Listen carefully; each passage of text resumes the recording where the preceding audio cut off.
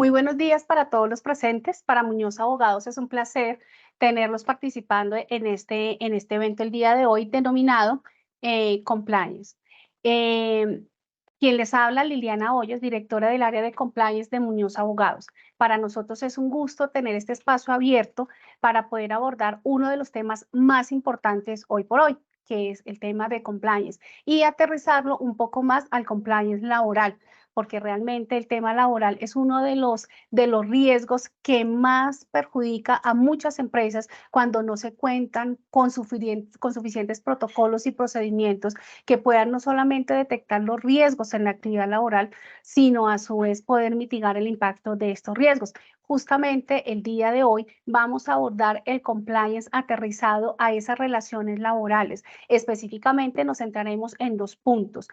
Primero, todo lo que tiene que ver con las generalidades en compliance laboral, y segundo, veremos unos ejemplos concretos sobre los errores más cometidos en el momento de liquidar nómina. Estos temas realmente son de vital importancia. Hoy en día muchos de ustedes han oído hablar del compliance, normalmente lo asocian casi que exclusivamente al tema corporativo. Y la idea es justamente brindarles a ustedes hoy esa orientación de cómo el compliance aplicado en el área laboral puede no solamente prevenir la materialización de riesgos inherentes justamente a esa relación laboral con los trabajadores, sino que adicionalmente a la larga nos va a brindar una ventaja competitiva en el mercado. Bueno, esta mañana nos va a acompañar el doctor Luis Gabriel Arbeláez, es el director del área laboral de Muñoz Abogados, y también nos acompañará el doctor Iván Darío Alfonso, que es el gerente administrativo de gestión, quienes a lo largo de la sesión estarán abordando sus temas desde toda la experticia netamente en compliance laboral. Muy bien, ahora para ya entrar en materia, vamos a presentarles el programa que abordaremos el día de hoy, en el cual esperamos desde ya que preparen sus preguntas, nos las formulen, ya sea por el medio del chat, por medio de las redes sociales, para poderlas atender en el espacio destinado, lo cual haremos al finalizar la sesión. El día de hoy nos orientaremos básicamente en los siguientes temas. Primero, vamos a ver unas pequeñas generalidades de compliance y la importancia al interior de la organización. Segundo, con la participación del doctor Luis Gabriel, abordaremos algunas generalidades del compliance laboral. Acto seguido, el doctor Iván Darío, gerente administrativo de gestión, nos va a abordar algunos temas relacionados con los principales errores que se cometen en el momento de liquidar nómina, y culminaremos finalmente con la intervención del doctor Luis Gabriel, quien nos va a hablar de los prepensionados, cuál es el impacto de la reforma previsional y cómo se debe hacer esa actualización de los reglamentos internos de trabajo. Y finalmente vamos a realizar todas las preguntas y las conclusiones de esta tarea. Inicialmente vamos a dar un pequeño abrebocas de qué es el compliance. Muchas personas hoy en día dicen compliance, pero no saben qué es, o tienen la errada convicción que el compliance netamente está orientado hacia temas corporativos. Pues bien, en materia de compliance tenemos una definición que cae muy bien al lugar, que es la definición que ha sido brindada por la Asociación Mundial de Compliance, quien justamente en los días 26 y 27 de julio realizó en Bogotá el segundo Congreso Nacional de Compliance. ¿Cómo ha definido el compliance la Asociación Mundial de Compliance?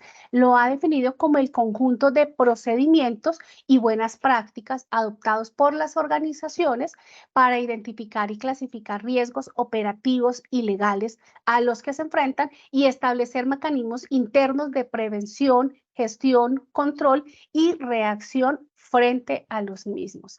Compliance, castigamente, significa cumplimiento normativo. Entonces, siempre que hablamos de programas de compliance, justamente estamos hablando de todos esos programas que están orientados a poder procedimentar absolutamente todo el buen actuar, esas buenas prácticas al interior de la empresa, que nos va a permitir, primero, conocer un poco más profundamente la actividad comercial que se está desarrollando, establecer los riesgos inherentes a esa actividad comercial, Al identificar esos riesgos, por supuesto, se pueden tomar todas las acciones tendientes a prevenir la materialización de los mismos, y en el evento de materializarse nos va a permitir contar con un tipo de acciones específicas para poder mitigar el impacto de esos riesgos. Contar con programas de compliance nos permite no solamente identificar y prevenir la materialización de riesgos, sino que adicionalmente también nos permite ser más competitivos en el mercado y, como se dice coloquialmente, tener nuestra casa muy bien organizada. ¿Cuál es el objetivo de estos programas de compliance? Indistintamente si estamos en el ámbito corporativo, si estamos en el ámbito laboral o cualquier otra área de la empresa. Los programas de compliance tienen como principal objetivo detectar los riesgos inherentes a la actividad comercial que desarrolla la empresa. Cada empresa es un mundo aparte. Los riesgos inherentes a cada empresa es totalmente diferente. Y aterrizando un poco más en materia laboral, el riesgo laboral que puede tener una empresa en el sector servicios, como los servicios jurídicos, pues obviamente los riesgos para los trabajadores van a ser unos. Si estamos hablando en el sector de hidrocarburos, los riesgos van a ser otros totalmente diferentes. Si estamos en el sector farmacéutico, tenemos riesgos totalmente diferentes. En este sentido, es muy importante saber que si tenemos que la empresa es un mundo totalmente aparte, es un ente viviente único con características propias, por supuesto que los riesgos que son inherentes a esa actividad también van a ser únicos y propios, y justamente estos son los que deben ser detectados a través de los diferentes programas de compliance. Adicionalmente, otro de los objetivos a cumplir a través de los diferentes programas de compliance es la prevención de la materialización de esos riesgos detectados. Si, por ejemplo, ya sabemos que parte de los riesgos es que si estamos en una empresa que realiza actividades peligrosas, entonces ya sabemos que uno de los riesgos es la posible ocurrencia de algún tipo de accidente laboral, pues se toman todas las medidas desde el orden laboral justamente para prevenir que esos accidentes tengan lugar. Entonces, ese es el segundo principal objetivo de los programas de compliance, prevenir que esos riesgos se lleguen a materializar. Otro de los objetivos también que tenemos en los programas de compliance es minimizar el impacto de la materialización de los riesgos. Por lo menos ustedes recuerdan el año pasado que hubo varios escándalos justamente porque hubo un hackeo en los datos manejados por el INVIMA, por Sanitas, que fue una de las EPS que más estuvo golpeada el año pasado y que entorpeció bastante la prestación de los servicios de salud para sus afiliados. Pues resulta que las empresas, así tengan detectados sus riesgos, así tengan protocolos y tengan acciones específicas para prevenir la materialización de los riesgos, pues sencillamente en algún momento puede ocurrir que ese riesgo se materialice. Lo importante es que la empresa cuente con todos los protocolos específicos para poder para poder determinar las acciones a adelantar, para poder minimizar el impacto de esos riesgos. Por ejemplo, en materia de protección de datos personales, si vemos el año pasado que fue la acción que inicialmente desplegó Sanitas fue notificar a todos los titulares de la información sobre el hackeo en sus sistemas, invitando, por supuesto, a que hicieran o que tuvieran cuidado pues con el manejo de sus datos, y por supuesto empezó pues todo el protocolo y todas las acciones tendientes a poder garantizar la prestación del servicio de salud. Pero es muy importante poder determinar esas acciones tendientes a minimizar el impacto que esos riesgos, que ese riesgo materializado puede generar al interior de las empresas. Por último, y no menos importante, uno de los objetivos también que tienen los programas de compliance es mejorar la competitividad de las empresas, porque por supuesto contar con esos programas de compliance no solamente nos ayuda a prevenir la materialización de riesgos, sino que adicionalmente previene estar inmersos en litigios y demás. Por lo menos en materia laboral, por supuesto que al prevenir la materialización de esos riesgos, vamos a estar en un ambiente en el que vamos a contar con pocas reclamaciones laborales, con pocas demandas laborales, y eso a la larga va a ayudar a que nuestra empresa pues no se vaya a ver afectada en su estatus reputacional.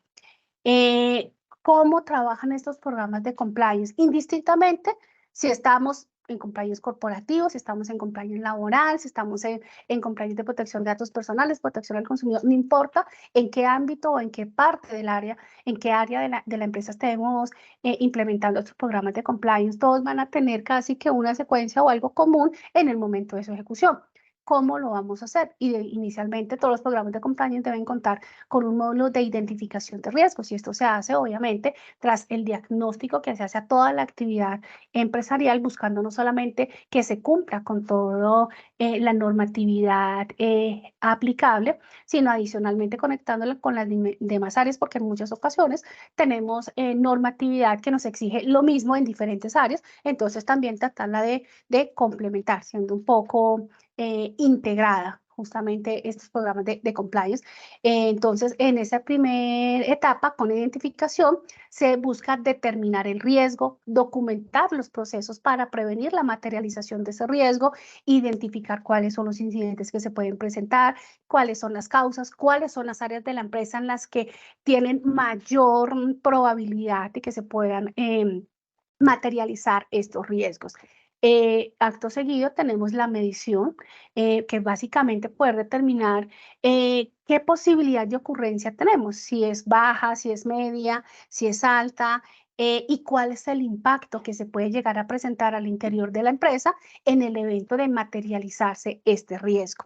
Finalmente, vamos a seguir con un nuevo módulo que sería el módulo de control, que son todas esas acciones tendientes a mitigar los riesgos, asegurando que sean suficientes, oportunos y efectivos, no solamente para cumplir con la normatividad, sino tener una reacción inmediata en el evento en que se llegue a materializar alguno de los riesgos. Y finalmente vamos a tener un monitoreo constante, que es el seguimiento y esas acciones de mejora. No por contar hoy en día ya con un programa de compliance estructurados, ya todo está perfecto, no va a ocurrir nada. No, las empresas, como les dije hace un momento, son entes vivientes, constantemente van cambiando, la normatividad a nivel nacional va variando. Entonces, en ese sentido, hay que o es necesario justamente ir monitoreando estos programas de compliance, irlos adaptando, irlos ajustando, no solamente a los cambios normativos, sino a la realidad empresarial y a la realidad del mundo. Por ejemplo, programas de compliance que funcionaban perfecto hace 15 años, 20 años, hoy en día, pues obviamente hay que hacerles una actualización. Hace 20 años no estaba no teníamos tanto el mundo digital, no estábamos tan digitalizados, por decirlo de alguna forma. Hoy en día casi que somos 100% digital. Entonces, los riesgos, las empresas, el mundo mismo ha cambiado y los programas de compliance deben evolucionar y cambiar a la medida que van cambiando o que van evolucionando y van creciendo las diferentes empresas. Algo también que es muy importante tener en cuenta es que los programas de compliance no solamente están enfocados al área corporativa. Hoy en día, si ustedes van a mirar, googlean compliance y normalmente lo primero que sale es SARLAF, SAGRILAF, Soborno Transnacional, PTE, Buenas Prácticas Empresariales, Ética y Buen Gobierno, básicamente todo enfocado exclusivamente al sector corporativo. Pues resulta que compliance no es solamente esa organización corporativa.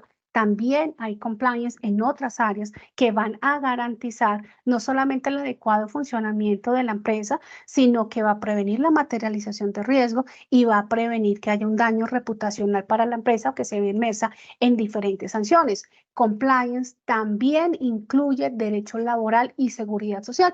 Y justamente en la sesión de hoy va a estar enfocada exclusivamente en compliance laboral. Entonces, ya para entrar ya en materia, que es lo que todos ustedes están esperando, entonces vamos a dar inicio con la intervención del doctor Luis Gabriel Arbeláez. El doctor Luis Gabriel es abogado de la Universidad Católica de Colombia, especialista en Derecho Laboral de la Universidad Externado de Colombia y especialista en Derecho de la Seguridad Social de la Pontificia Universidad Javeriana. Es docente de las especializaciones de Derecho Laboral y de Derecho a la Seguridad Social en la Pontificia Universidad Javeriana de Bogotá. Se encuentra vinculado en Muñoz Abogados como director del área de Derecho Laboral, cuenta con una amplia experiencia en el sector público y privado, llegando a ser gerente segundo del Centro de Atención al Pensionado y jefe del Departamento de Atención al Pensionado del extinto Instituto de Seguros Sociales. Asimismo, fue gerente de pensiones y subdirector de prestaciones económicas del FONSEP y más recientemente representante legal de la firma Arbeláez y Daza Abogados SAS. Con su experticia académica y laboral, se viene destacando en un amplio recorrido en el litigio con la defensa de entidades estatales, empresas del orden nacional y personas naturales. Ahora el servicio de Muñoz Abogados hace un gran esfuerzo con el equipo ya consolidado en el área laboral. Y, por supuesto, es nuestro especialista en materia laboral. Doctor Luis Gabriel, muy buenos días y bienvenido. Doctora Liliana, muy buenos días a usted, a Iván y a todos los asistentes, quienes les agradezco de antemano haber sacado unos minutos de su tiempo para darnos la posibilidad de entrar un poco más allá y explicarles esta nueva perspectiva que le estamos dando al tema de compliance. Todo lo que dijo la doctora Liliana de la experticia y demás en el ejercicio profesional no es un tema de sacar pecho y no lo lee uno para ello. Es para mostrarles a ustedes, nuestros queridos empresarios que hoy nos acompañan y quienes vayan a ver después este video, puesto queda en las memorias del evento y en nuestras redes sociales, que esto que estamos es el ejercicio de una experticia de muchos años como asesor en materia laboral y seguridad social en pensiones específicamente, donde hemos visto que el empresario llega a consultarnos a nosotros no para prevenir el riesgo. Ustedes dentro de lo que los 10, 15 minutos que habló la doctora Liliana, vimos que se habla mucho de riesgo. Es la principal situación o la palabra denominador que es común a todo el tema de compliance, prevenir el riesgo. Desafortunadamente los asesores en materia laboral, que seguramente hay varios aquí presentes hoy, han visto que nuestro ejercicio profesional se enfatiza es en cómo solucionar los problemas que le surgen a los empresarios. Veamos pues una demanda, una reclamación o cómo podemos montar un contrato de trabajo, pero ya después de que tienen todos los problemas del mundo. Entonces no mitigan el riesgo, sino lo tratan de solucionar. Entonces ya vimos que tenemos el qué, que son los problemas que tenemos en tema laboral. Nosotros hemos detectado que es mejor, en vez de solo dedicarnos a apagar los incendios, tratar de prevenirlos. En materia laboral es un tema que no es común. El empresario o cualquier empleador se cree suficientemente apto o cree que está cubierta su riesgo cuando baja de Google un contrato de trabajo o encuentra la liquidación ahí o cree que con una experticia o como nunca le ha pasado nada, está haciendo bien las cosas. Ahí es donde nosotros hemos visto la necesidad de que en el ámbito laboral se vea la importancia de cumplir las leyes y regulaciones laborales establecidas y proteger los derechos de los trabajadores. Entendamos que proteger los derechos de los trabajadores no quiere decir dar más de lo que toca. Esto es una relación, las relaciones laborales son de doble vía, donde hay un empresario que gana, pero hay un trabajador también que gana. Y todos deben respetar su ámbito y tratar de que ambos ganen con esta situación que es una relación laboral. Entonces, cuando hablamos de la importancia del cumplimiento normativo laboral, en compliance laboral, nosotros hemos hecho un estudio de cuáles son las principales falencias o cuáles son las principales necesidades que tienen las empresas para tener y destacar la importancia de que no hablemos solo de apagar incendios, sino de busquemos la forma de cómo vamos a prevenirlos. Entonces, hay que proteger los derechos de los trabajadores, así, y vamos a ver que concadenamos con que si protegemos los derechos de los trabajadores, evitamos las multas y sanciones y los conflictos laborales que se pueden suscitar por no haberlos protegido. Se fomenta una cultura empresarial responsable, donde ya no es una situación del momento, como les decía, de apagar el incendio, sino que ya se sabe que aquí en esta empresa se hacen los contratos bien hechos, tenemos unos contratos de trabajo indicados, donde el contrato a término fijo o contrato a término indefinido, según la necesidad del servicio, tenemos una multiplicidad de tipos de contrato según la forma, el tiempo, la obligación que vamos a cumplir. Pero si tomamos una cultura empresarial responsable, sabemos que vamos a usar siempre bien los contratos, sabemos que vamos a liquidar bien, sabemos que vamos a pagar lo que debe ser, que vamos a hacer los aportes para fiscales como en debida forma, que vamos a liquidar al trabajador al momento de salir debidamente, que vamos a respetar el debido proceso. ¿Y qué nos lleva todo esto? Vamos a mejorar un prestigio reputacional a las empresas. ¿Y esto a qué significa? Cuando yo hablo de prestigio reputacional, quiero que entendamos que es que hoy en día las empresas no viven solas, no son islas. Yo soy una empresa que produzco envases o produzco vidrios y yo vivo sola por allá y produzco y vendo. No, las empresas hoy en día son redes que debemos concadenar y yo no puedo creer que mi red es suficientemente fuerte cuando yo no tengo mis trabajadores contentos, cuando tengo conflictos laborales, cuando estoy lleno de quejas, cuando estoy lleno de demandas, cuando la gente no está a gusto con su trabajo y solo piensa en irse, no tengo una, una, una política de retención de talento. Cuando voy entonces, si yo que soy una empresa que produzco vidrios y quiero contratar con una multinacional o con una constructora gigante que quiere hacer todo y me va a contratar porque produzco buenos vidrios, pero me hacen un análisis y van y revisan quiénes soy, quiénes somos, cómo contratamos, cómo manejamos. ¿Qué va a pasar? Perdimos de entradita la posibilidad de entrar a esa empresa grande y ahí estamos perdiendo mercado. Entonces, entendamos que las empresas no son islas y debemos trabajar en conjunto respetando una legislación laboral. Empecemos por ahí. Esto es uno de los aspectos claves de compliance laboral. Si nosotros que trabajamos todos los días desde hace más de 20 años en temas laborales, todavía entendemos que la legislación laboral, a veces hay situaciones, no solo que hay más normas, sino las interpretaciones de las normas. Todos los que estamos aquí, abogados, tenemos una lectura diferente al mismo artículo y podemos tener 20 conceptos diferentes al mismo artículo. Cuando, ¿qué será cuando entonces, qué piensa el trabajador?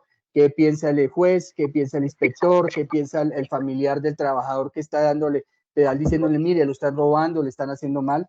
Entonces, si nosotros tenemos claro cómo se aplica la legislación laboral, cuáles son los alcances, cuáles son las interpretaciones, seguramente vamos a tener menos riesgo. Volvemos a la palabra clave que quiero destacar este día, la palabra riesgo. Vamos a disminuir ese riesgo.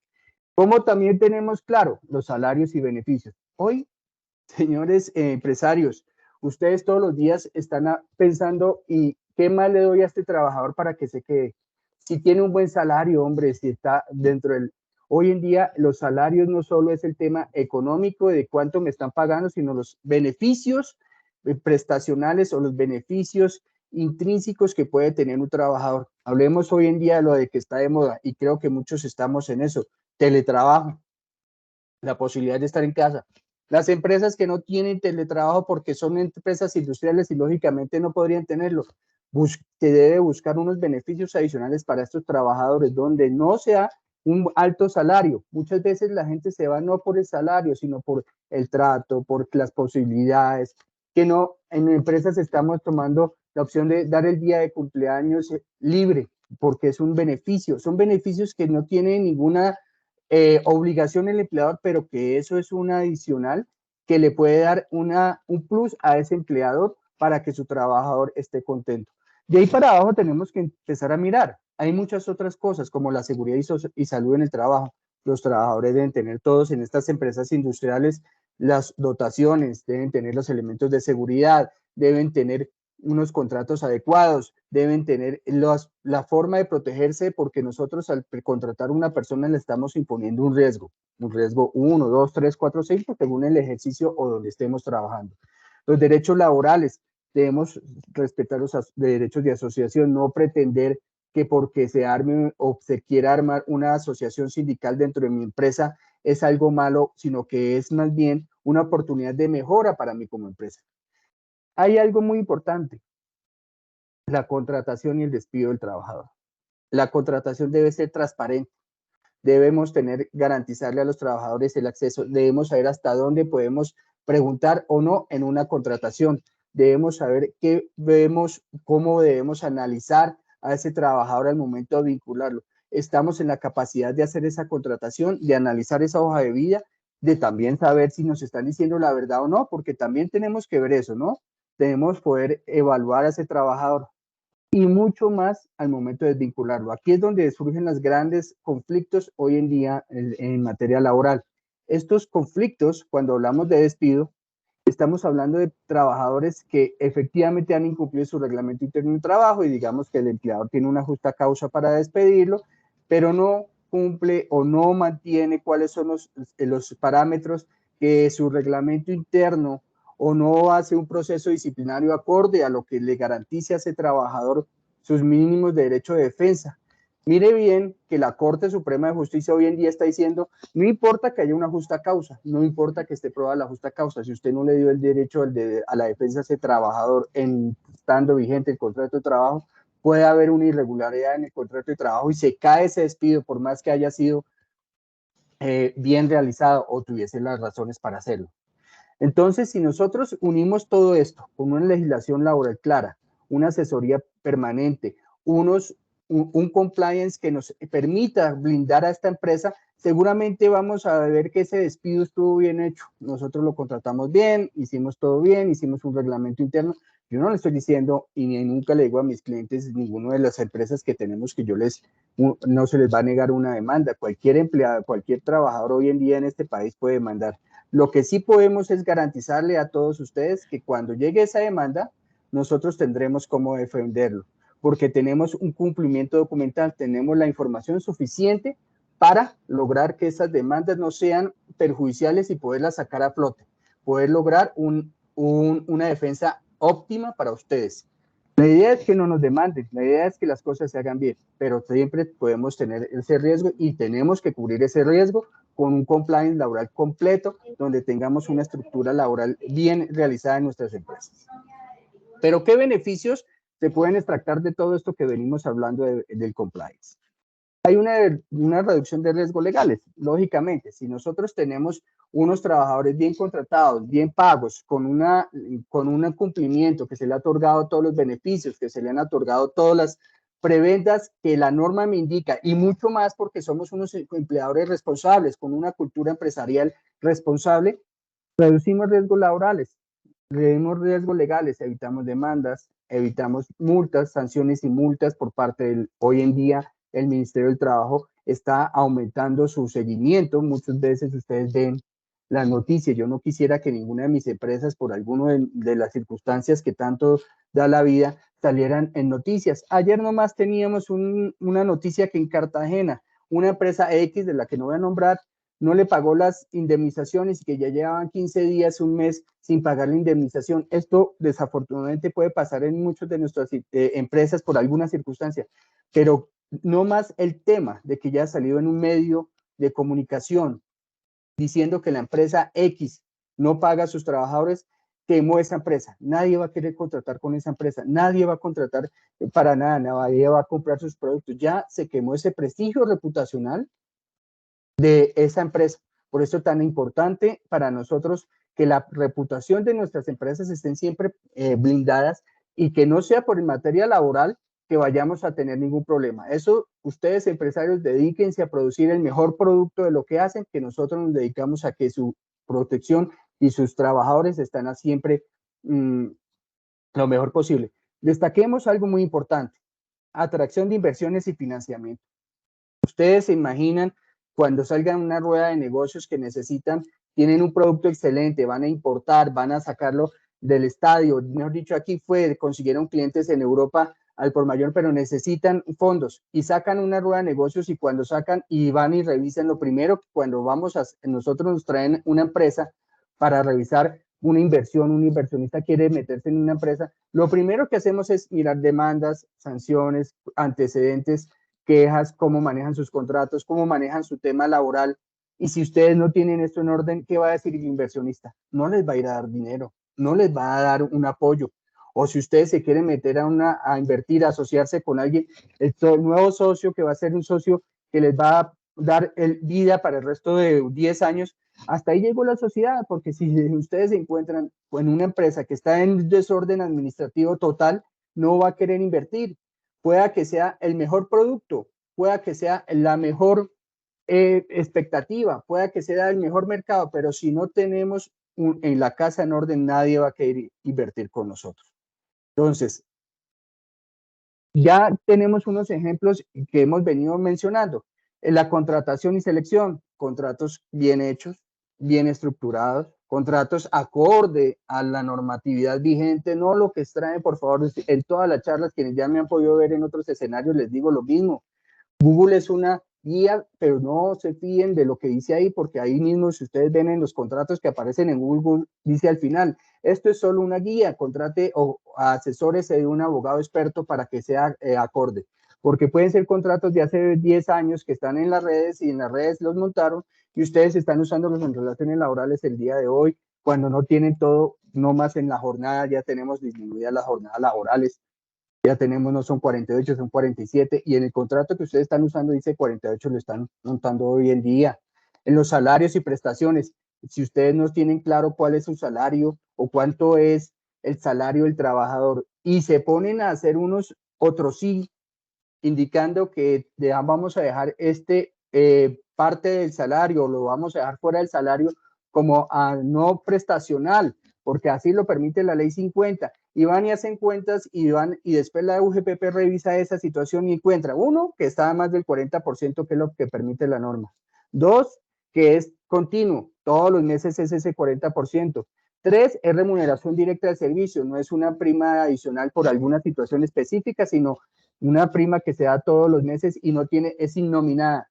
¿Qué es el día de mañana? La UPP va a decir, bueno, venga, ustedes eso no es un 40% por una bonificación por libre albedrío del empleador que podría dejar de grabarse, sino eso es eso es parte salarial, usted debería pagar aportes para fiscales por ese 40%, usted me debe una sanción y me debe unos aportes. Y ni qué decir del trabajador, el día de mañana el trabajador se siente descontento, salió mal por la empresa, en algún momento hicimos una cláusula, terminó el contrato y va y nos demanda, y cuando vemos a ver, nosotros le estamos pagando solo sobre el 60% y el 40% era salario, y nosotros no estamos pagando aportes, no le hicimos liquidación, no le pagamos para fiscales, no le pagamos prima. Entonces, ¿qué estamos haciendo? Por ahorrarnos unos pesos hoy, estamos logrando un hueco que el día de mañana nos puede causar no siquiera un hueco, una tronera gigante en las empresas. Si uno se pone a ver el impacto en las empresas grandes, medianas, pequeñas, micro o personas naturales de una demanda laboral es gigante. No más los honorarios profesionales cuando ya les toca asumir una defensa, ya de ahí empiece a contar ese hueco por no haber tenido en claro cómo se contrataba, porque no tenía clara la jornada, porque los salarios estaban mal cuantificados, porque no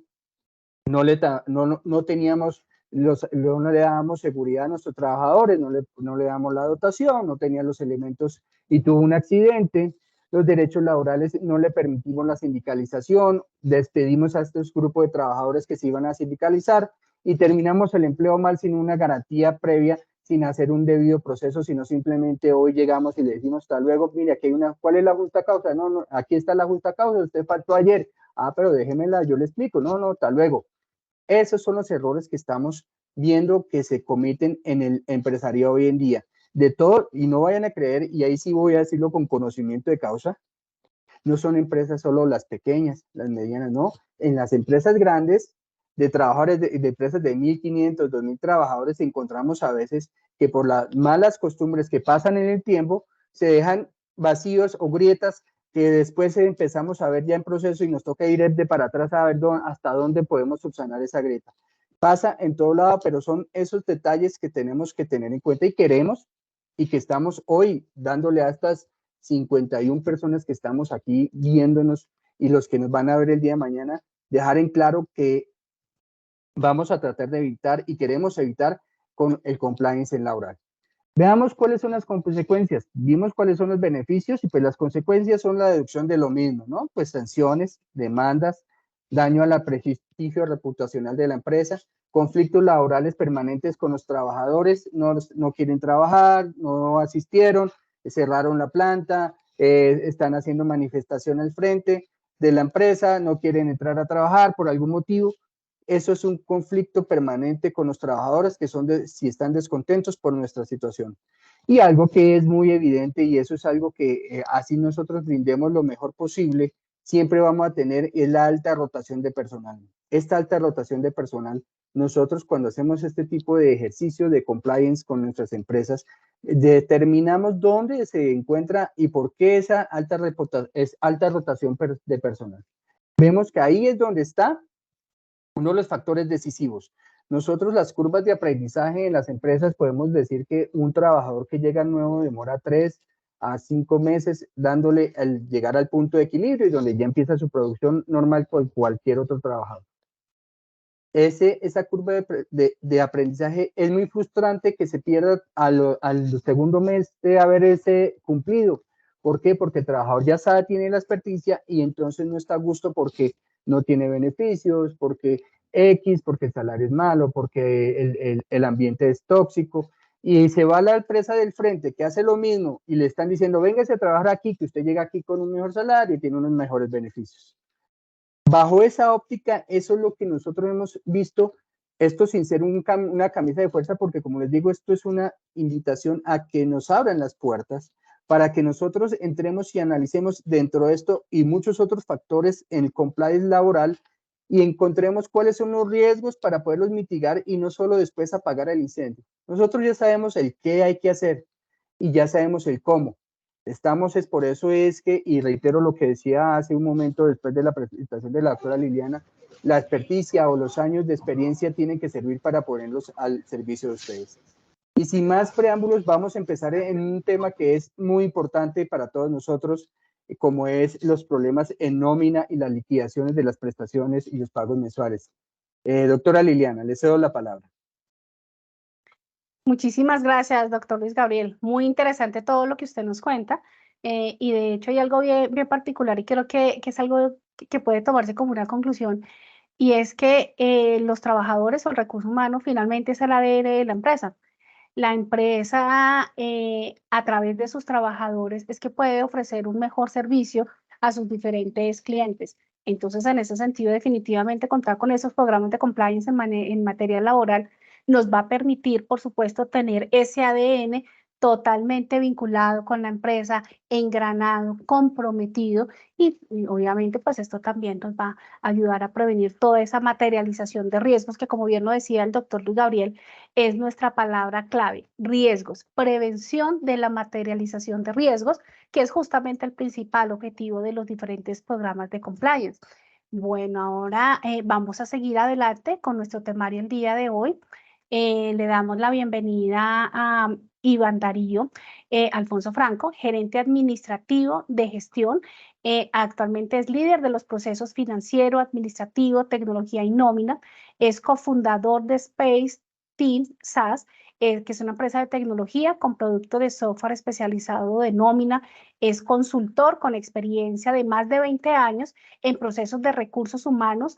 Asimismo, tiene experiencia en cargos gerenciales y de dirección de procesos, especialmente procesos relacionados con nómina, liquidación, auditoría, capacitación, UGPP, y ha sido desarrollador de aplicativos de optimización y auditoría de procesos empresariales. Aquí quisiera resaltar algo bien particular, y es que si bien son importantes todos los programas de compliance que nos va en materia laboral, que nos va a ayudar a detectar y a prevenir la materialización de esos riesgos, hoy en día estamos en un mundo globalizado donde tenemos inteligencia artificial supremamente desarrollada, y aquí vemos justamente cómo la inteligencia artificial puede ser el mejor aliado en el momento de administrar estos diferentes programas de compliance en materia laboral. Iván Darío, bienvenido, muchísimas gracias por aceptar la participación en esta sesión. Entonces, pues ya entrando en materia, pues yo creo que a todos los asistentes nos gustaría saber cómo se conecta todo este sistema de cumplimiento normativo laboral con la liquidación de la nómina y parafiscales, y por supuesto, cuáles son los principales errores que cometen desafortunadamente los diferentes empleadores. Claro que sí, doctora Liliana, muchas gracias por esta invitación. Qué rico poder compartir una mañana de conocimiento. Y vamos a hablar de algo muy importante y complementando mucho de todo este tema tan trascendental que mencionó el doctor Luis Gabriel. Y vamos a hablar realmente como complemento es de una partecita de todo lo que él mencionó, y es la parte de la mitigación de los riesgos, y vamos a hablar de cuáles son los errores más frecuentes que se presentan en pila y que generan dolores en el bolsillo. Él habló claramente de temas de la parte de los aportes, y nos vamos a meter a mirar esos errores que se presentan a la hora de yo pagar mis aportes a los que genero a través de la pila, de la planilla única de liquidación de aportes, y que a la larga en el tiempo terminan generando costos económicos adicionales como tener que pagar sanciones, intereses y otros. Entonces, pues vamos a partir de ver cuáles son como esos retos y primero arrancamos hablando de un diferencial que es súper importante para esta explicación y es entender que el Sistema General de Seguridad Social se divide en salud, pensión y riesgos laborales. Y hay otro sistema que es el de parafiscales, donde están relacionados lo que son los rubros de caja de compensación, ICBF y SENA. Y es importante diferenciarlos porque aquí en lo que vamos a ver que hay unas reglas que aplican para unos y para otros. Entonces, hablemos de la primera y tiene que ver con el tope de los pagos no salariales, un tema que mencionó el doctor Luis Gabriel. La idea no es que tomen apuntes porque la idea de ustedes van a tener acceso al video y no vamos a entrar a profundizar en el contenido. Para mí es más importante que aprendan la parte práctica para que vean en dónde es importante poner puntos de control. Entonces, hablemos de del tope de los pagos no salariales. Y resulta que la ley 1393 pues estableció un tope de que los pagos no salariales no pueden exceder del 40% del total de los ingresos. Viendo esto en un ejemplo real, acá visualizamos una nómina tradicional y vamos a hablar de una nómina de una persona con salario mínimo, con su auxilio de transporte. Vemos que su base de aportes es de 1.160.000 porque pues los 140.000 del auxilio de transporte no exceden ese máximo. Si vemos, por ejemplo, en total de ingreso tenemos que sumando los dos ítems fueron 1.300.606 con un tope del 40% sobre ese 1.300.000. Quiere decir que podríamos manejar algo no salarial bien manejado, como mencionaba el doctor Luis Gabriel, con el tema de revisar flexibilización laboral, pero que esté bien administrada desde el punto de vista legal. Y para este caso el tope son 520.000 pesos. Entonces, esa es una nómina tradicional. Veamos que tuviera un adicional. Entonces, esta misma nómina, si yo le incluyo un auxilio no salarial de 800.000 pesos, estamos hablando de que el ingreso ya se nos convirtió en 2.100.606, el total del ingreso. Luego el tope, que es el 40% de ese total de ingreso, van a ser 840.242 pesos. ¿Qué estamos viendo? Y en naranja está resaltado y los rubros de auxilio no salarial y de transporte están resaltados en negrilla, porque la sumatoria de esos dos conceptos que nos dan 940.606 está por encima del tope que estamos evidenciando que se podría permitir, que son los 840.000. Para este caso hay un exceso de 100.364 pesos. ¿Cómo? Entonces miren que aquí podemos visualizar que es tomar los 940.606 menos los 840.000 y ahí tenemos ese diferencial. La suma de los conceptos salariales más el exceso harían parte del IBC, es decir, el 1.160.000 más el exceso harían parte de los aportes a el Sistema General de Seguridad Social. Y por eso es importante la diferenciación que hice al principio, porque esto aplica para salud, pensión y riesgos laborales, más no para parafiscales. Una forma directa de hacerla para no ponerme a calcular y que si yo ya sé que se excedió del tope, simplemente tomo el total del ingreso y le multiplico el 60% y esa me va a dar el mismo 1.260.364, que es la base de aportes al Sistema General de Seguridad Social.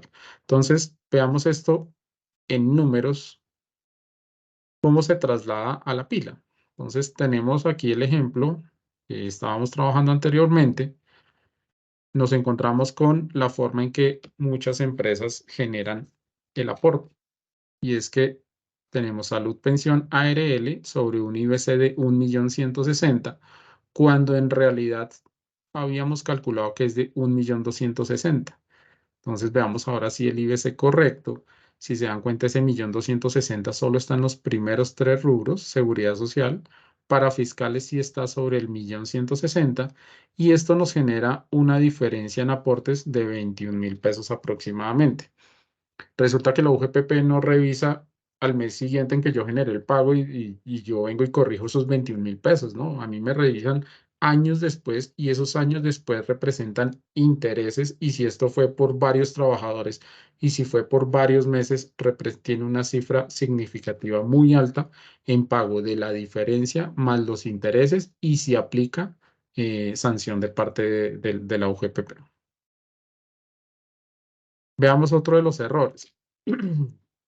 Tenemos que en el estatuto tributario se habla de la exoneración de aportes y es que las personas que devenguen en total de ingresos menos de 10 salarios mínimos tienen los empleadores la exoneración de la generación del aporte patronal del 8.5% de salud, del 3% de ICBF y del 2% del SENA. Esta es una tarea que no auditan los operadores, tienen algunos punticos de control, pero realmente es una tarea que determinar si es exonerado o no quedó como una carga para los empleadores. Veamos los ejemplos. Tenemos una nómina tradicional, para el ejemplo son una persona que gana 4 millones y tiene unas comisiones de 2 millones de pesos. Su total de ingresos fueron 6 millones y pues aquí no tiene pagos extralegales, entonces su IBC de seguridad social serían 6 millones de pesos. Nómina normal y es exonerado porque el total de ingresos fueron 6 millones. Estamos hablando de que no pasa los 10 salarios mínimos. Veamos esta nómina con un cambio, donde le incluimos un auxilio no salarial de 6 millones de pesos. Aquí lo primero que hay que determinar es que el total del ingreso, y aquí en la norma no se habla de que es el total salarial, no, se habla del total de ingreso, estamos hablando de 12 millones de pesos. Claramente está por encima del 1.160.000 por 10, que representa los 10 salarios mínimos.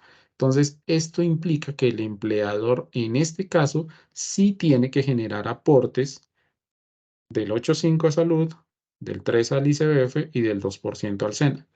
Y el error que se comete generalmente es dejar por fuera esos conceptos, marcando como que para este caso el trabajador es exonerado y no se realizan esos aportes. Veamos, y este tiene una combinación con el punto anterior del tope del 60-40. El tope para este caso del total de ingresos son 4.800.000 pesos, luego se excedió 1.200.000. El IBC de seguridad social va a ser el 60% de los 12 millones o va a ser la suma de los salariales más el exceso, es decir, 4 millones de sueldo, 2 millones de comisiones y el exceso de 1.200.000, eso nos da un IBC de 7.200.000. Veamos esto trasladado a la planilla de seguridad social. Entonces resulta que a salud le cotizan el 4% sobre esos 7.200.000.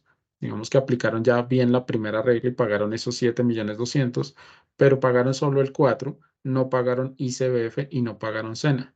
Cuando en este caso es que se debe quitar la exoneración y deben aportar no a salud no el 4, sino el 12.5. Deben aportar ICBF y SENA y al final de cuentas termina, para este ejemplo, dándonos un valor dejado de pagar de 912.000 pesos. Si antes hablábamos en el ejemplo anterior de 21.000 pesos, imagínense la diferencia de 912.000 a lo largo del tiempo. Veamos otra situación. Este es un tema que no es tan fácil de aplicar, pero es donde muchas empresas caen en temas de revisión. Y es la aplicación de una norma que es el decreto 806 del 98, explicado de forma simple. Las licencias, vacaciones, bueno, todo lo que sean licencias remuneradas y vacaciones, deben calcularse los aportes a seguridad social no sobre lo que se le está pagando en ese momento, sino sobre el IBC que presentó en el mes inmediatamente anterior. Vamos a ver esto aplicado.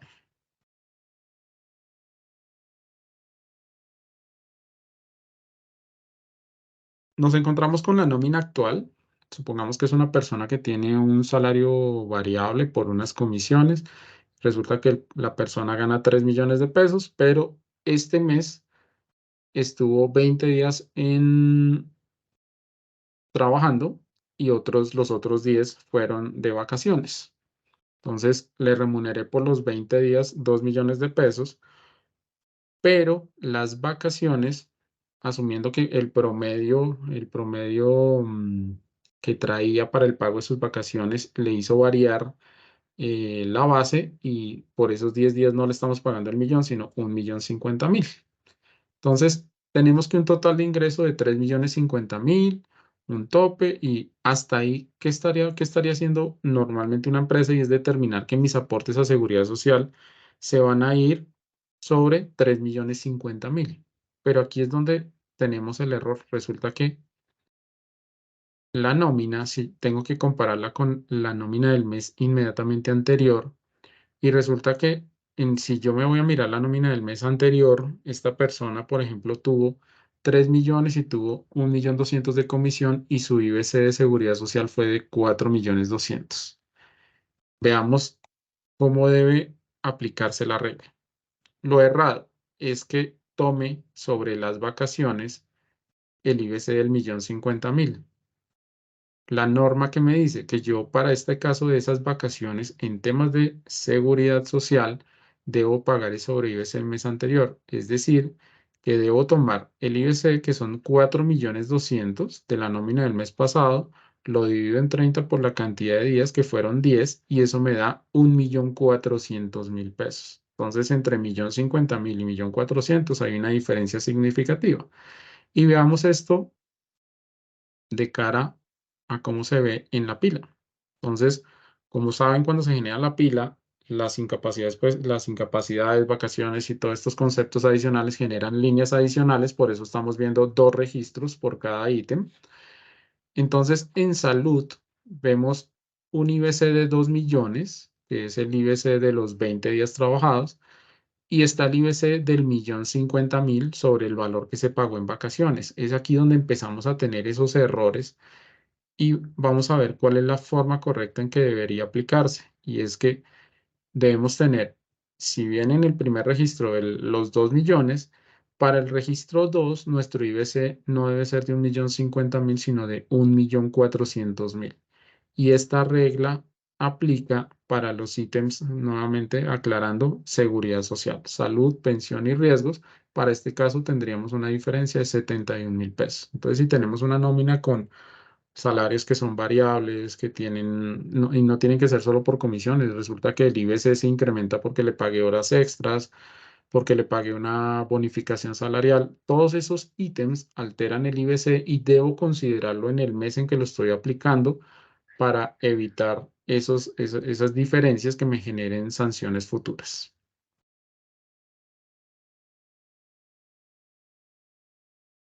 Aquí ya no nos vamos a meter ahora con seguridad social, sino con parafiscales. Y resulta que las vacaciones que se pagan al trabajador, no que disfrutó, sino que se pagaron por compensación o porque se pagaron al retiro, deben ser incluidas también para el cálculo de los parafiscales. Entonces veamos un ejemplo, una nómina tradicional, una persona que gana 3 millones, trabajó todo el mes, pero el último día se le terminó el contrato, le generaron una liquidación donde tenía unas vacaciones, una prima, unas cesantías y supongamos que las vacaciones compensadas fueron 1.500.000 pesos. ¿Dónde están los errores que se presentan a la hora de verlo en pila? Tenemos que le calculan todos los IBC sobre esos 3 millones que vimos que era la nómina tradicional, pero para fiscales debería tener una variación y es que en este caso para esta persona deberíamos sumar en el IBC de parafiscales, que en este caso pues revisando es exonerado, entonces solamente aporta caja, tendría los 3 millones más el 1.500.000 de las vacaciones, son la base de los aportes. Y esto, pues, en este ejemplo nos generaría una diferencia de 60.000 pesos. Y bueno, vamos a hablar de una recomendación súper importante porque dentro de las auditorías que he tenido la oportunidad de revisar y que la UGPP genera, tiene que ver con las vacaciones que pasan de un periodo a otro. Resulta que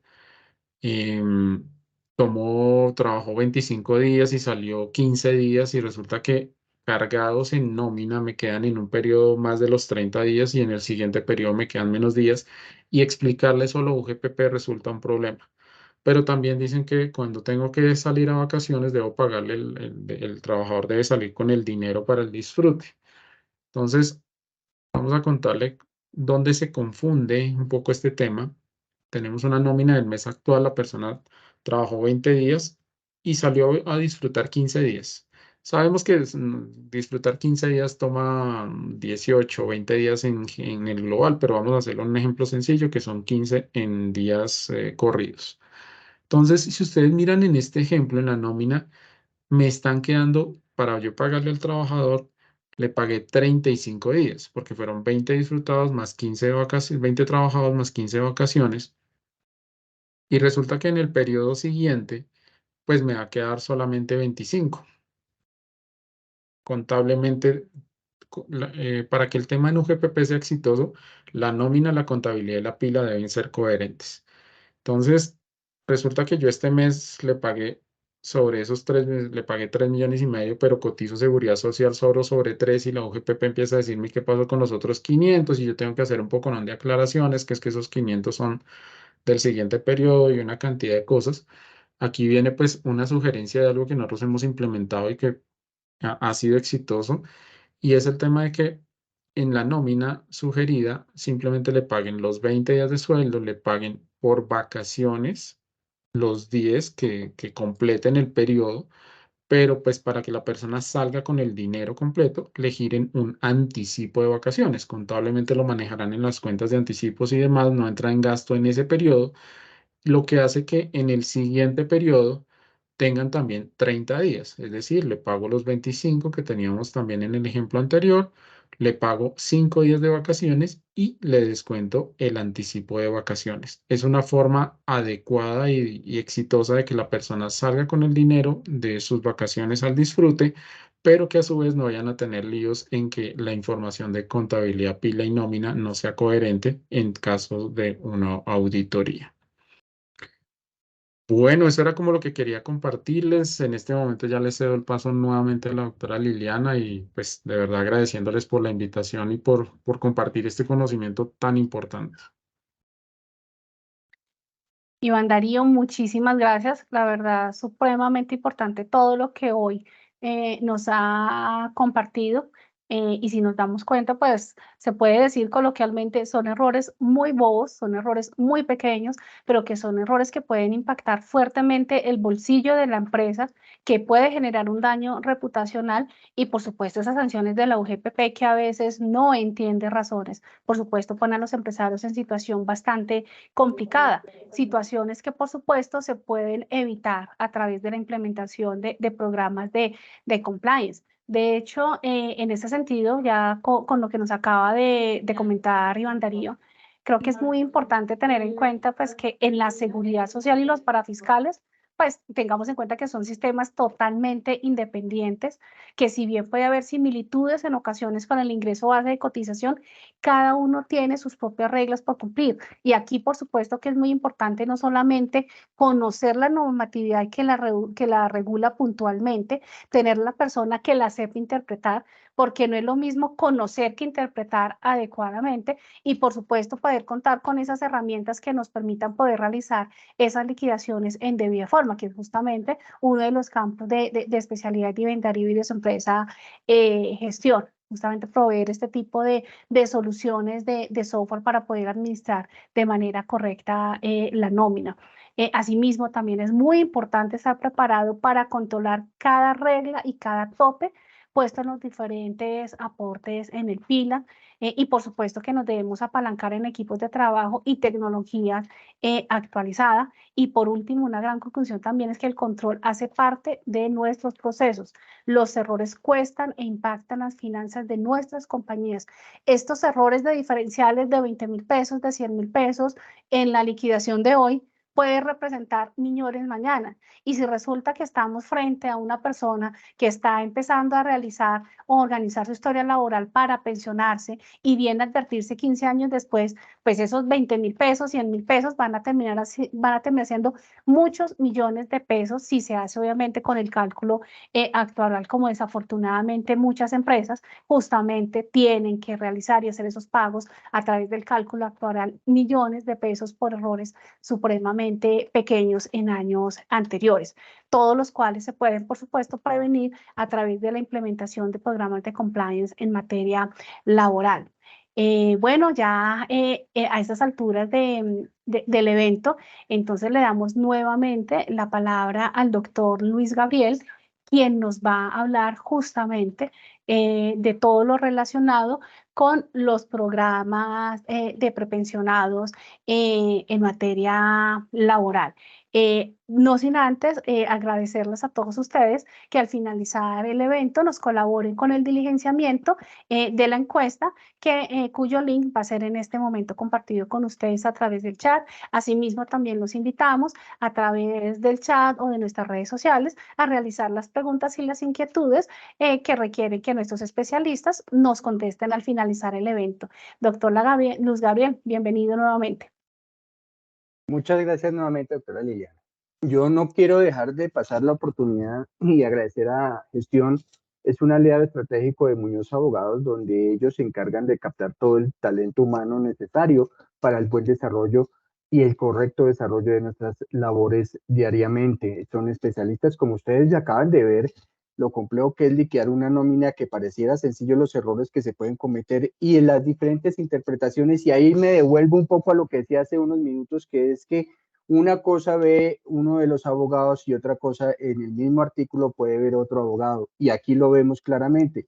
La Corte ha dicho unas cosas en cómo se liquida el 40% de salario o el tope de salarización, y la UJPP tiene otro concepto. Entonces, es importante, de verdad.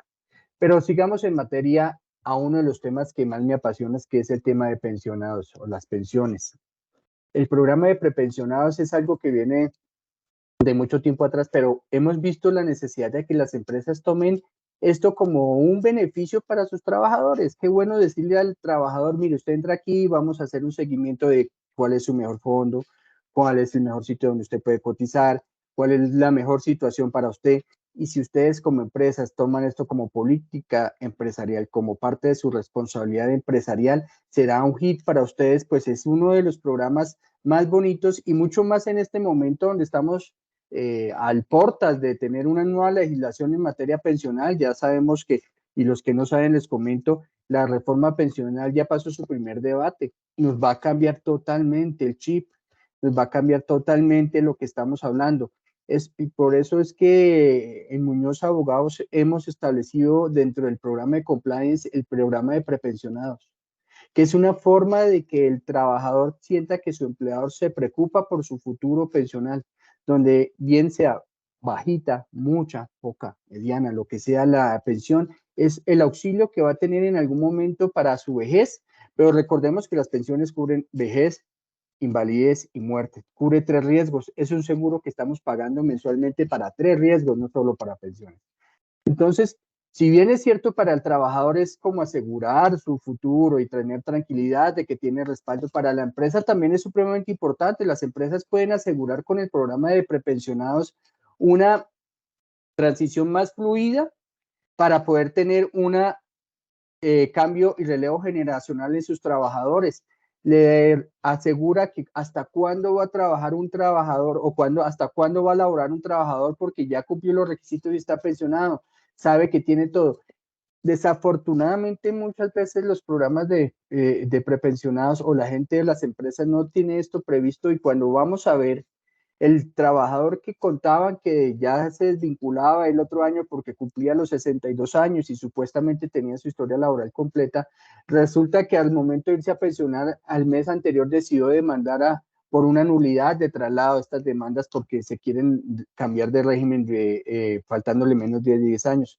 Procesos que demoran 2, 3, 4 años en que se haya el cumplimiento. Entonces esa persona que en la empresa tenía dentro de sus estados financieros, en todo su tema de recurso humano, previsto que a los 62 años se desvinculaba, ya no va a ser así. Y resulta que esta persona ahora se va a desvincular a los 65, a los 66, entonces ya nos va a cambiar totalmente la situación y la planeación que nosotros teníamos como empresa para este grupo poblacional.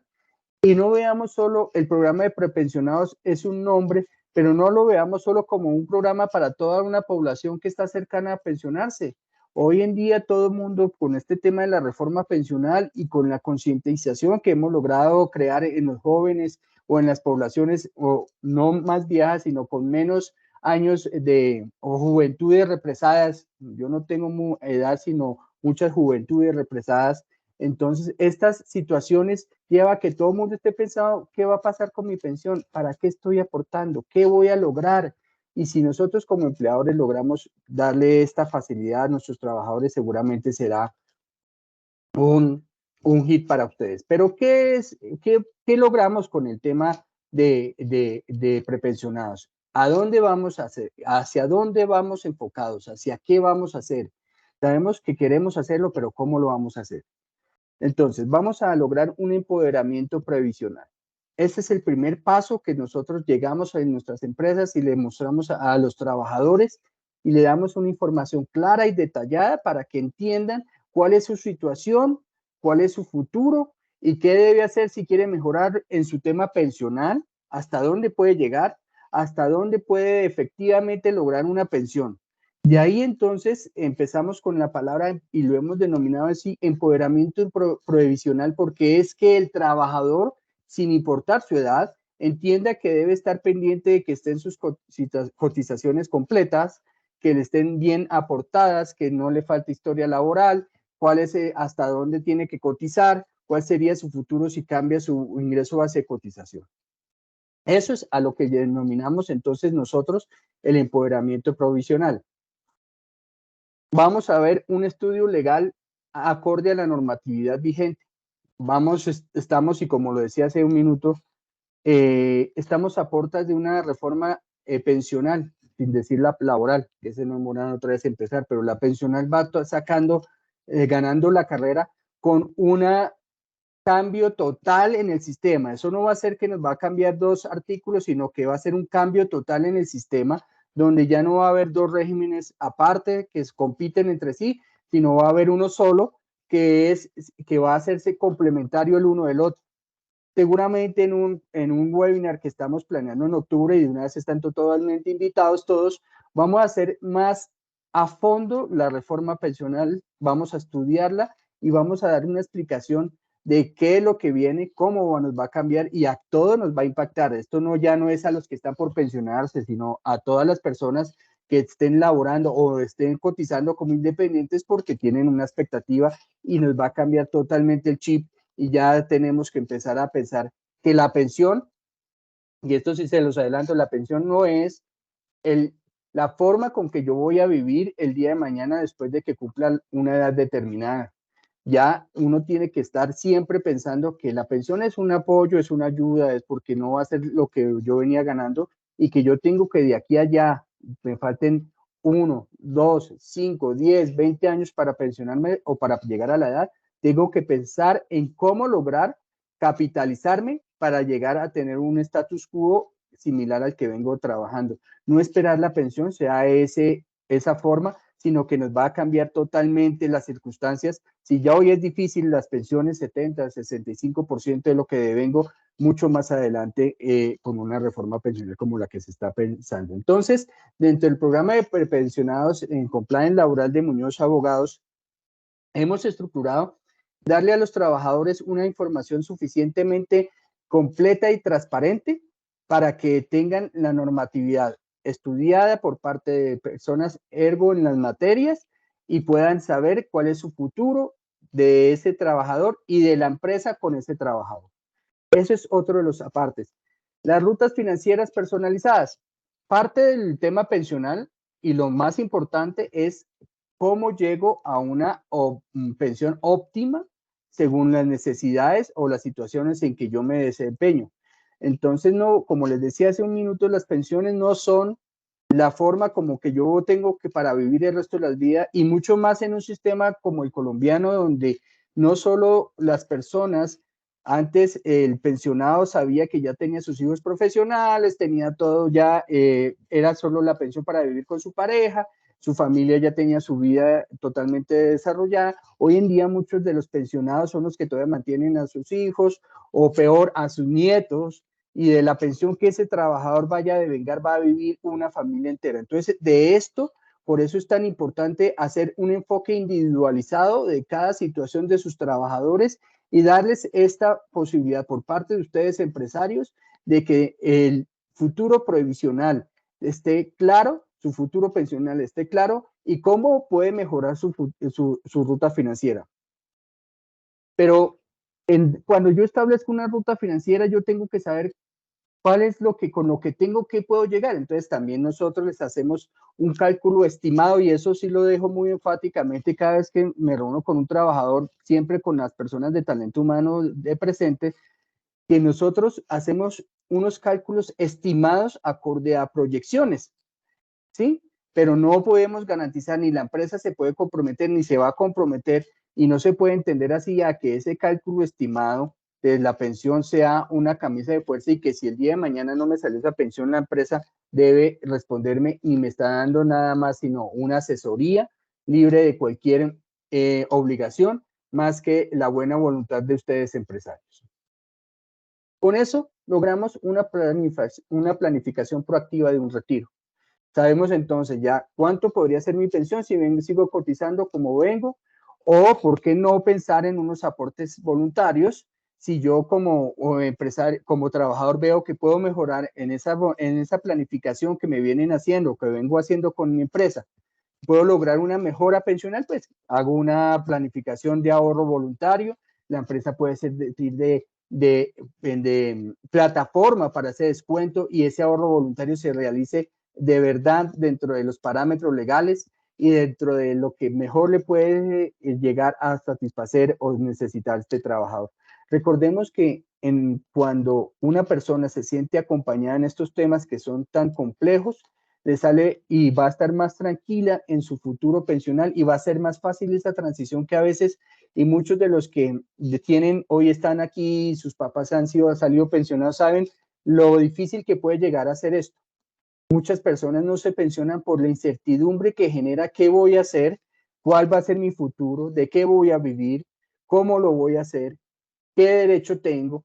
Si nosotros empezamos desde antes, no solo el momento de que llegue a completar la edad, sino vamos haciendo paulatinamente, faltándole 3 años, revisamos toda la historia laboral, miramos dónde están los vacíos, si tiene vacíos con anteriores empleadores, el informe al trabajador, mire, usted no le aparecen todos estos periodos, usted tiene que ir a solucionarlo.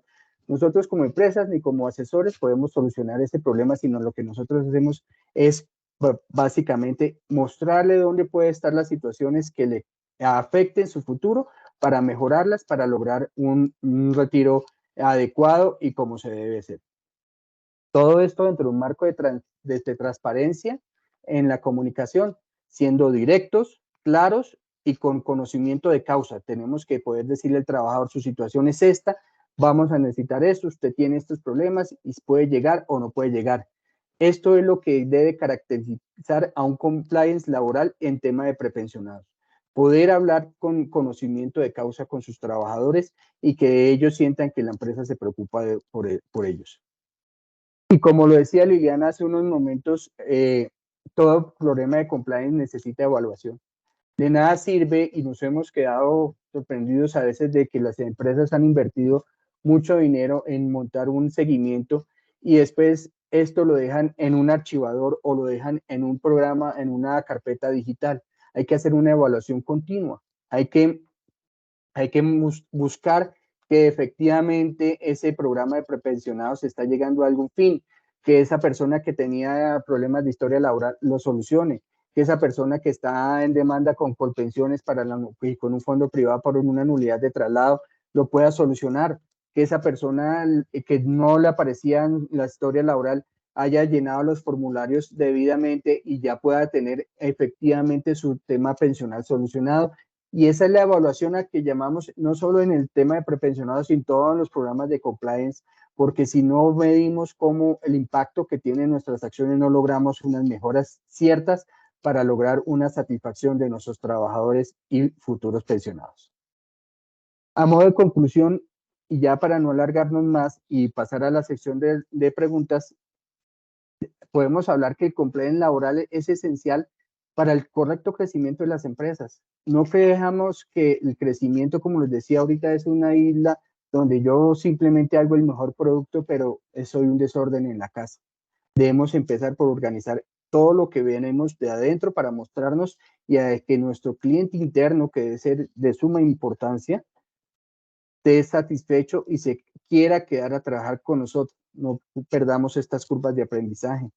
En los programas de compliance vemos que se cumplan las leyes laborales y en todas en general, pero en este caso hoy en laboral, para que se beneficien los trabajadores y los empleadores. No descartemos que esto es para beneficio al fin y al cabo de las empresas. Reducimos litigios, crecemos reputacionalmente, atraemos inversores, todo lo que dijimos en la parte inicial de la charla.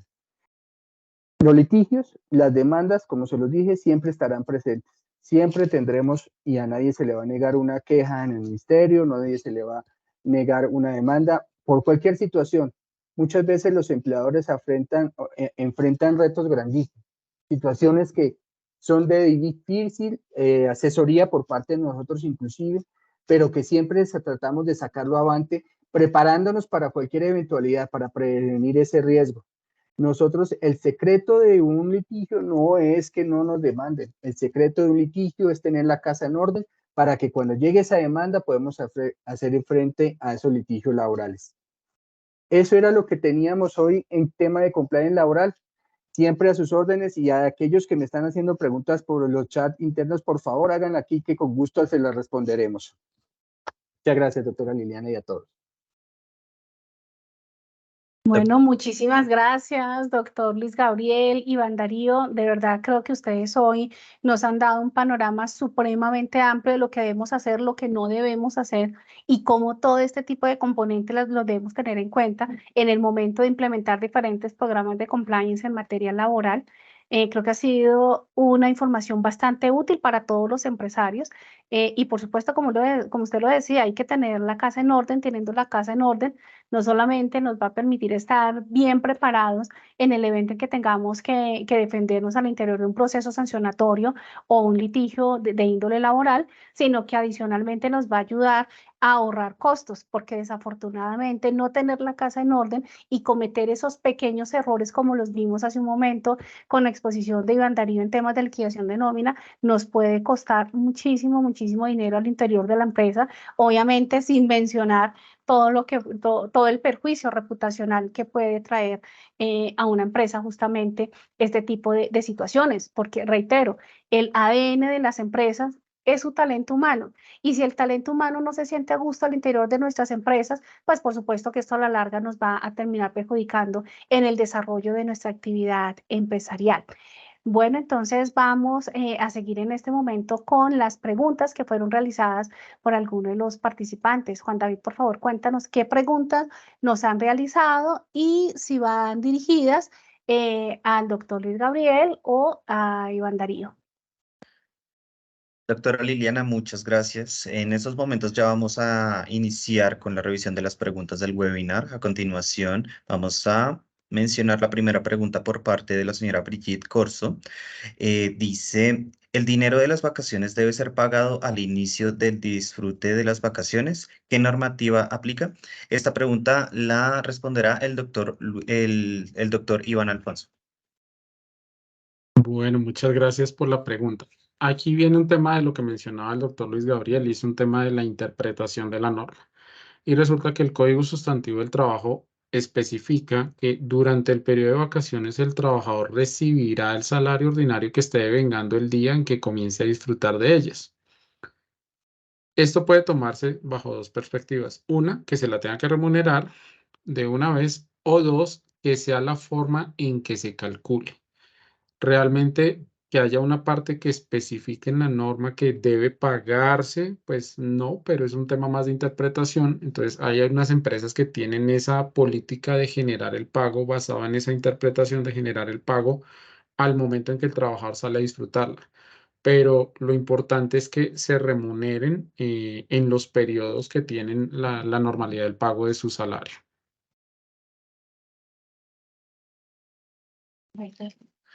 Perfecto, doctor Iván, muchas gracias. Tenemos la siguiente pregunta por parte de la señora Paola Botiva. Por favor, nos confirman si el pago de medicina prepagada y seguro de vida se toma para el cálculo del 40%. ¿Qué otros pagos en especie se debe tomar para el cálculo? Esta pregunta la va a responder el doctor Luis Gabriel. Cualquier pago o cualquier situación en especie no debería cuantificarse dentro del 40%, salvo que yo estipule un valor taxativo para esa bonificación o ese adicional que yo quiero darle. Recordemos que todo esto son del libre albedrío del trabajador, del empleador. Entonces, si yo el empleador le fijo que vamos a dar seguro de vida para todos nuestros trabajadores que tengan más de 5 salarios mínimos, yo tendría que decir, y ese seguro de vida corresponde a 1.000.000 de pesos mensuales y hace parte del salario. Ahí sí entra dentro del 40%, pero cuando simplemente doy un seguro de vida, yo no lo puedo cuantificar, no entraría dentro del 40% dentro de lo que tenemos como el salario, bonificación no salarial. Yo puedo tener serie, por ejemplo, hay muchas empresas que tienen planes de celular, hay unas empresas que tienen planes exequiales. Todo este tema no es cuantificado y luego no entraría dentro del salario, salvo que yo estipule específicamente un salario y que hace parte y en un otro sí diga, esta bonificación o esta cuantificación o este beneficio hace parte dentro del salario. Muchas gracias, doctor Luis Gabriel. A continuación, el doctor Iván Alfonso va a complementar parte de la información otorgada anteriormente. Adelante, por favor.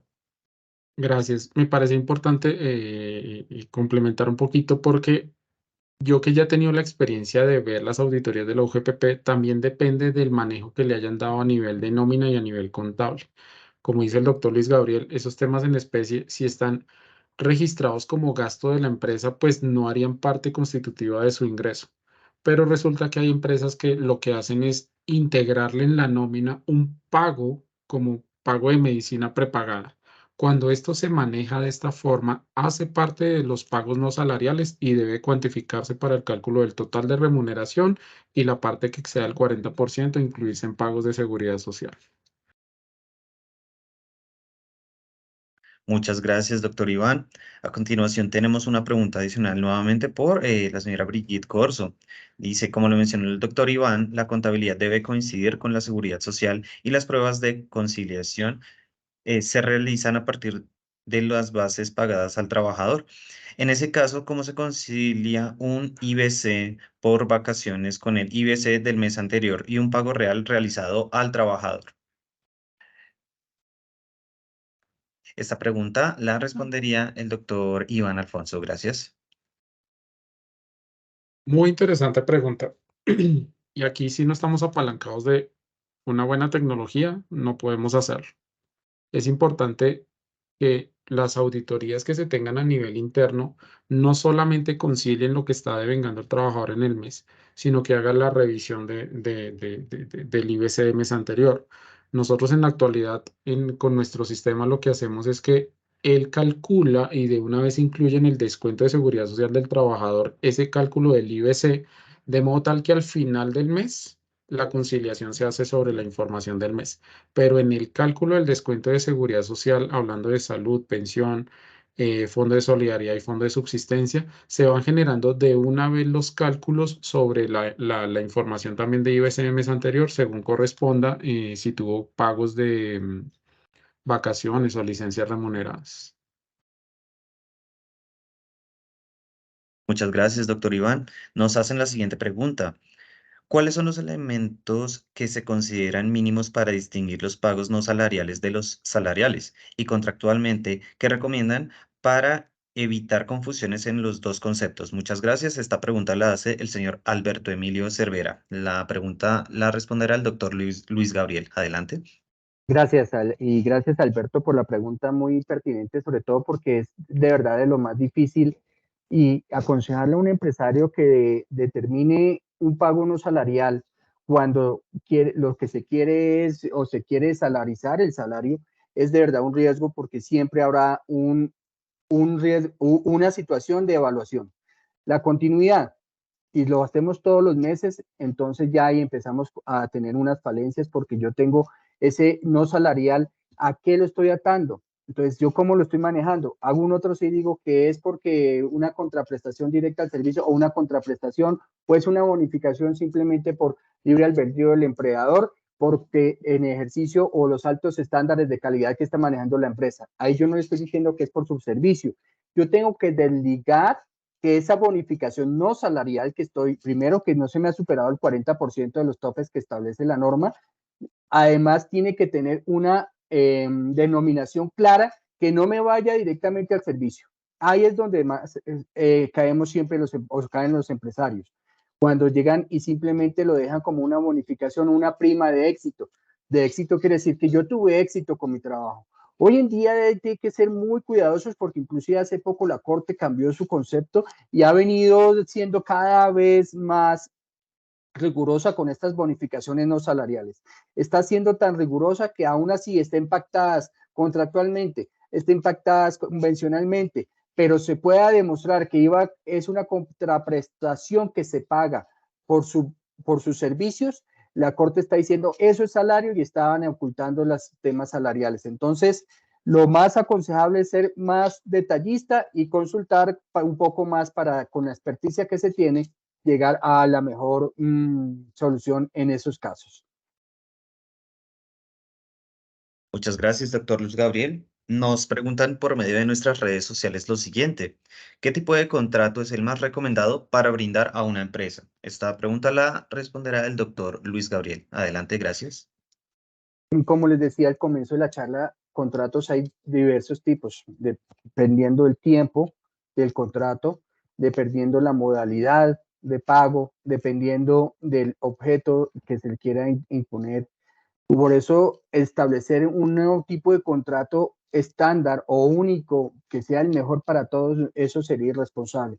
Lógicamente, uno preferiría que las personas tengan contrato a término indefinido para tener unas garantías, pero si el contrato es por obra labor, es un tiempo definido para que me haga una tarea específica dentro fuera del objeto social de mi empresa, yo no le voy a dar un contrato a término indefinido, sino por la obra o labor. Yo puedo mirar entonces un contrato a término fijo porque sé que no me va a demorar o porque no necesito más de 6 meses a este trabajador para unos picos empresariales que tengo.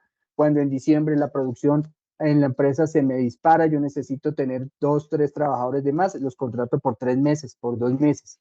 Entonces, según la modalidad, hay diversos tipos de contratos, entonces establecer una única es más bien un objeto de lo que cuando nos sentamos y analizamos en el compliance o tenemos la asesoría y le decimos, mire, para este caso hagamos esto.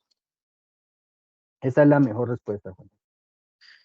Muchas gracias, doctor Luis Gabriel. Tenemos una pregunta más por nuestras redes sociales. Dice, siendo el decreto 806 una norma del año 1998, ¿es válido que se tome en vigencia actual y que se generen sanciones de algún tipo a nuestras empresas? ¿Hay casos reales? ¿Los software deben estar preparados para ello? Esta pregunta la responderá el doctor Iván Alfonso. Gracias. Bueno, esta pregunta complementa un poco la anterior que respondí y realmente como no ha salido algo que cambie esa resolución, sigue en vigencia. Casos reales hay muchos porque al ser una norma como tan oculta, las empresas pues no la implementan y resultan teniendo diferencias que en algún caso puede jugar a favor y en la mayoría de casos juega en contra en temas de la realización de aportes a seguridad social. Y claro, todos los software deberían permitir hacer ese cálculo de forma automática. He conocido software, he tenido la oportunidad de conocer algunas compañías que me dicen, no, es que la casa de software nos dice que eso no lo pueden hacer y lo hacen de una forma manual, pero resulta importante que esto se automatice para evitar justamente esos temas que se revisan no en tiempo real al mes siguiente, sino que se revisan prácticamente años posteriores y complican a muchas de nuestras empresas. Perfecto, doctor Iván, muchísimas gracias. A continuación, ya para dar continuidad y cierre a nuestra presentación, voy a dar la palabra a la doctora Liliana Hoyos. Adelante, doctora, por favor. Muchas gracias, Juan David. Doctor Luis Gabriel, doctor Iván Darío, muchísimas gracias por su participación y por compartir con todos nosotros su experiencia y conocimiento. Creo que aquí hay varias grandes conclusiones que debemos, por las que debemos llegar, obviamente después de haber escuchado las diferentes exposiciones. Número uno, es fundamental contar en cada una de las empresas, indistintamente si está en el sector público o en el sector privado, con compliance laboral. Esto, por supuesto, va a permitir poder mitigar muchísimos riesgos, prevenir la consolidación de muchísimos riesgos que a la larga van a terminar afectando reputacionalmente o económicamente, ya sea a la entidad pública o a la empresa privada. De hecho, una de las grandes conclusiones del segundo Congreso Nacional de Compliance, organizado por la Asociación Nacional de Compliance, por la Asociación Mundial de Compliance, realizado el 26 y 27 de julio, fue justamente ese. Todas las empresas del sector privado, todas las entidades del sector público deben contar con programas de compliance. Y en materia laboral sí que es cierto. Y si vamos por lo menos a materia pública, en la cantidad de recursos del Estado destinados al pago de demandas de orden laboral es supremamente grande. Otra gran conclusión, por supuesto, es contar, no es solamente implementar programas de compliance en materia laboral, es implementarlo a la medida de sus necesidades. Recuerden que una empresa es un ente viviente con características propias y asimismo, dependiendo del tipo de actividad comercial ejercida, pues por supuesto que el tipo de vinculación o la forma como se van a vincular sus trabajadores, pues es totalmente propia también, es totalmente diferente a la que puede funcionar para otra empresa. Entonces, de ahí justamente la importancia en que el momento en que vayan a implementar estos diferentes programas de compliance en materia laboral, se asesoren muy bien para que puedan ser asesorados por empresas que realicen o implementen programas de compliance a la medida de sus necesidades, a la medida del ser de cada una de las diferentes empresas. Asimismo, también una gran conclusión es que hoy en día absolutamente todo se puede manejar a través de inteligencia artificial y debemos acudir a la inteligencia artificial justamente para facilitar ese monitoreo y administración de los diferentes programas de compliance y así poder prevenir la materialización de esos riesgos pequeños, inclusive, pues sí, por considerarlos de alguna forma, de los cuales nos hablaba justamente el doctor Iván Darío a lo largo de su exposición. Entonces, pues la invitación es que por favor implementen programas de compliance en materia laboral, asesórense muy bien de la empresa que les va a asesorar en este compliance laboral y por favor acudan a la inteligencia artificial, a los diferentes software que les pueden ayudar a hacer el monitoreo y el seguimiento de sus programas de compliance. Recuerden que prevenir es cuidar la estabilidad financiera y reputacional de la empresa. La prevención, detección y corrección derivada de la existencia de programas de cumplimiento, programas que permiten a las empresas su mejor competitividad en el mercado. Les agradecemos a todos su participación en este evento. Les recordamos, por favor, colaborarnos con el diligenciamiento de la encuesta. Muchísimas gracias a todos por su participación. Les deseamos a todos un excelente día. Muchísimas gracias.